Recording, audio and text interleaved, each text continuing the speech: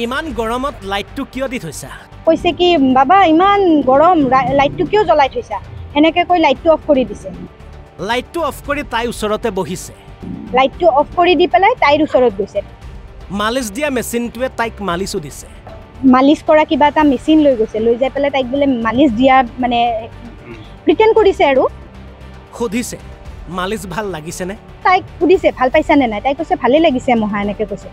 তাৰ পাছত মহাকে ভাগিনীয়েকৰ লগত সংগঠিত কৰিলে লজ্জাজনক ঘটনা।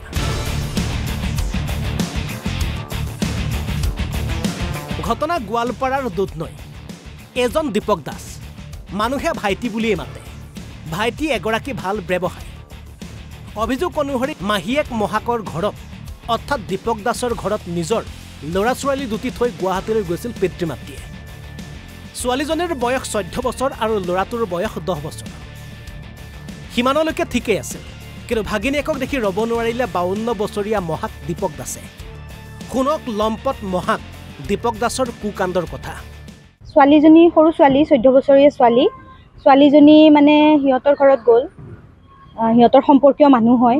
মাক দেউতাকে বোলে গুৱাহাটী গৈছিলে কিবা কামত, তো বাচ্ছা দুটাক সিহঁতৰ ঘৰত থৈ গৈছিলে। ছোৱালীজনীৰ 14 বছৰ বয়স, ল'ৰাটোৰ 10 বছৰ বয়স।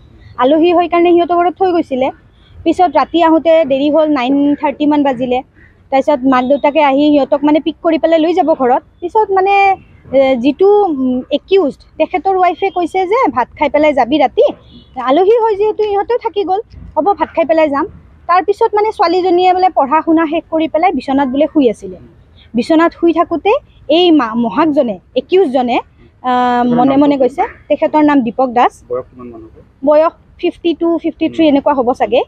তাৰপিছত তেখেতে মানে গৈছে ৰুমত, গৈ পেলাই তেখেতৰ নিজৰ ল'ৰাটোও তাতে বহি পেলাই মোবাইল চাই আছে আৰু এই বিচনাত ৰেষ্ট লৈ আছে। তাৰপিছত কৈছে কি বাবা ইমান গৰম লাইটটো কিয় জ্বলাই থৈছা সেনেকৈ কৈ লাইটটো অফ কৰি দিছে।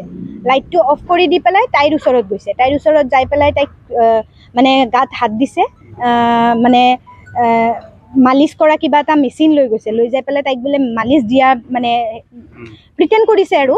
পিছত তাইক সুধিছে ভাল পাইছানে নাই, তাই কৈছে ভালেই লাগিছে মহা এনেকৈ কৈছে। কোৱাৰ পিছতে বোলে তাইৰ বোলে বুকুত হাত দিছে। তাৰপিছত তাইক মানে বেয়া বেয়া হেৰি কৰিছে আৰু ধৰ্ষণৰ চেষ্টা কৰিছে। কিন্তু তাই মানে ছোৱালীজনীয়ে চিঞৰি দিলে, চিঞৰি দিয়াৰ কাৰণে মাহীয়ে গোটেইখিনি পাকঘৰত আছিলতো, গোটেইখিনিয়ে দৌৰি আহি গ'ল। আহি যোৱাৰ কাৰণে মানে সি চান্সটো নাপালে, সি দৌৰি পেলাই পলালে। থানাত জনোৱা হৈছে। কেছটো এতিয়া অলৰেডি ৰেজিষ্টাৰ্ড হৈ গ'ল আৰু তাইক আমাৰ পুলিচে এতিয়া মেডিকেলৰ কাৰণে লৈ যাব। বিজনেছ কৰে ইয়াতে ভাল, মানে তেখেতৰ ভালেই নাম দুধনৈত। কিন্তু তলে তলে এনেকুৱা কামো যে কৰে, নিজৰে ছোৱালী হয়, নিজৰ ভাগিন হয়, নিজৰ ছোৱালীজনীকে যে এনেকুৱা চকু দিব পাৰিছে, আমি বহুতে যথেষ্ট মৰ্মাহত হৈছোঁ। বহুত মানে বেয়া লগা ঘটনা। অৱশেষত লম্পট মহাক দীপক দাসৰ বিৰুদ্ধে দুধনৈ থানাত এজাহাৰ দাখিল কৰে ভুক্তভোগী কিশোৰীটিৰ পৰিয়ালে। 75/2024 নম্বৰত ৰুজু কৰা হয় গোচৰ।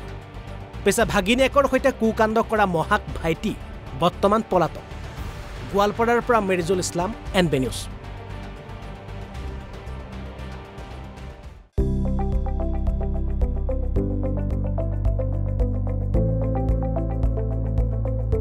NB নিউজ, সহজ সৰল ভাষাত নৱভাৰতৰ কথা।